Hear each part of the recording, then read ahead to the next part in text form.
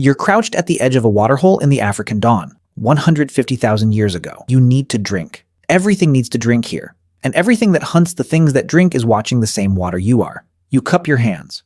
The surface ripples. And in that ripple you see it, a shape under the water that isn't a rock. Two eyes sitting flat on the surface, drifting toward you without a sound. You freeze. You are not the fastest thing at this water. Not the strongest, not the biggest, not the best armed. You have soft skin, flat teeth, and fingernails. So how did anything shaped like you live long enough to become everything shaped like you today?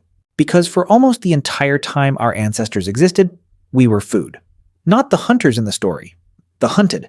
And the list of things that ate us is longer, older, and stranger than almost anyone realizes. Start with something scientists only confirmed recently. In 1964, researchers digging in Olduvai Gorge in Tanzania described the fossil jaw that would define a whole new species, Homo habilis, the handyman. Long celebrated as one of the first tool users, one of the first of us to fight back. But that bone carried marks no one could fully explain. Then, in 2025, a team led by anthropologist Manuel Dominguez Rodrigo tried something new. They trained an artificial intelligence on the microscopic bite marks left by Africa's major predators today. Lions, hyenas, crocodiles, leopards, and turned it loose on the scars in that ancient jaw. The strongest match came back with over 90% confidence. Leopard. The handyman, the supposed early conqueror, may not have conquered much at all. He'd been bitten, killed, and most likely dragged up a tree in the dark. For a huge stretch of our story, we weren't at the top of the food chain. We were something a big cat carried home. And leopards were only one killer among many. The land, the water, the night, all of it held something that could end us. So how did the prey end up the last thing standing? It started with something that looks like a weakness. We stood up. On paper, walking upright is a bad idea when things want to eat you. It makes you tall, slow, and visible from a long way off across open ground. On the savanna, standing upright lets you see over the tall grass, which means the ambush that works perfectly on a four-legged animal gives itself away to you first.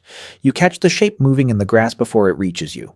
And standing up freed the two things that would eventually terrify every predator on Earth. Our hands, because a body that can only see the danger still has to deal with it. So we built the thing evolution never gave us. Weapons.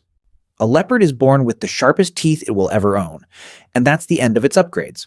We could improve ours whenever we liked. At a site called Kathu Pan in South Africa, our ancestors were binding sharpened stone points onto wooden shafts 500,000 years ago. A stone point punched through hide that a sharpened stick couldn't, and the animal with the flat, useless teeth had learned to make its own weapons. But the real trick wasn't the spear. It was refusing to fight fair at all.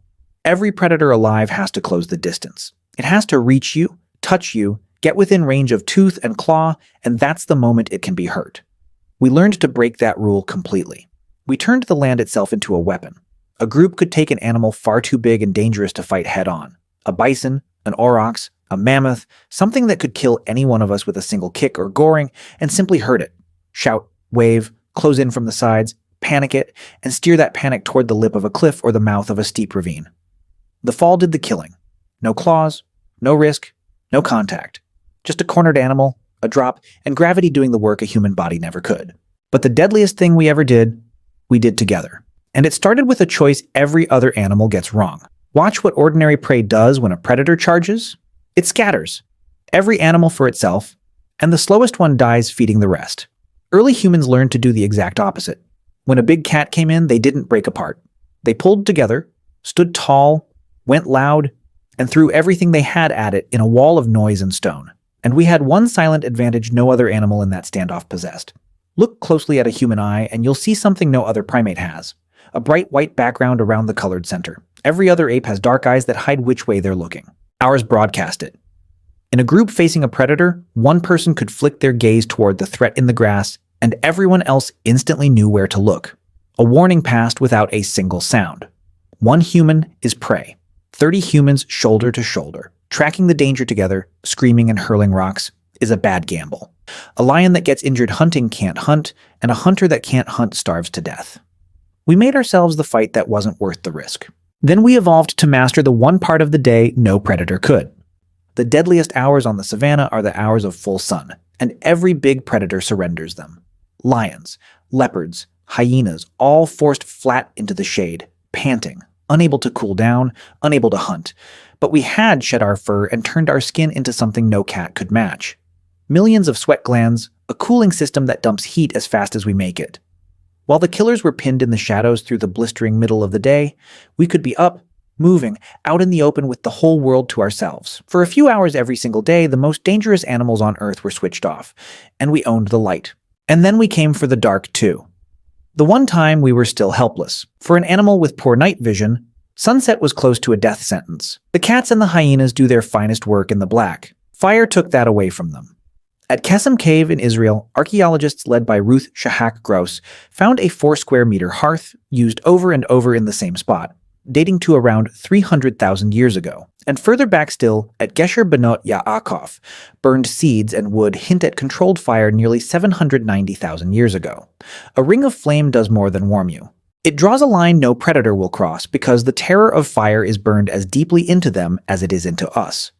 And around that fire, for the first time, our ancestors could truly sleep. Not the frozen, half-waking doze of an animal that might be eaten, but real, deep sleep, with one person awake to feed the flames. A brain that slept is a sharper brain at dawn. The things prowling outside the circle never got that. We got it every single night for hundreds of thousands of years, which points to the real weapon, the one sitting underneath all the others. It wasn't the throwing arm, or the fire, or standing up. It was that we could hand every one of those things to the next person. A lion cub has to learn to hunt almost from nothing, paying in blood for every mistake. A human child was born into a library, where the water turns deadly at dusk, which shape in the grass means run. How to build the fire, how to hold the line, when to move in the heat, where the crocodile waits. Knowledge that cost one person their entire life to earn could be poured into a child in a single afternoon around that hearth. No generation started over. Each one started higher than the last, and after enough generations of starting higher, the soft, slow animal with the flat teeth had built something no claw and no fang could evolve quickly enough to answer. So we walked out of Africa and into the entire world. And here is the part that should stay with you. Everywhere we arrived, every continent, every island, the giant predators that had ruled those lands for millions of years began to disappear. Within a few thousand years of our footprints showing up, the things that once carried us off in the night, the crocodile that waited at the water, the hunters that owned the night, became the things that could not survive us. We didn't just escape our predators. We inherited the whole earth they used to own. And we did it without being fast or strong or armed by nature with anything at all, because every generation inherited the victories, mistakes, and knowledge of the one before it.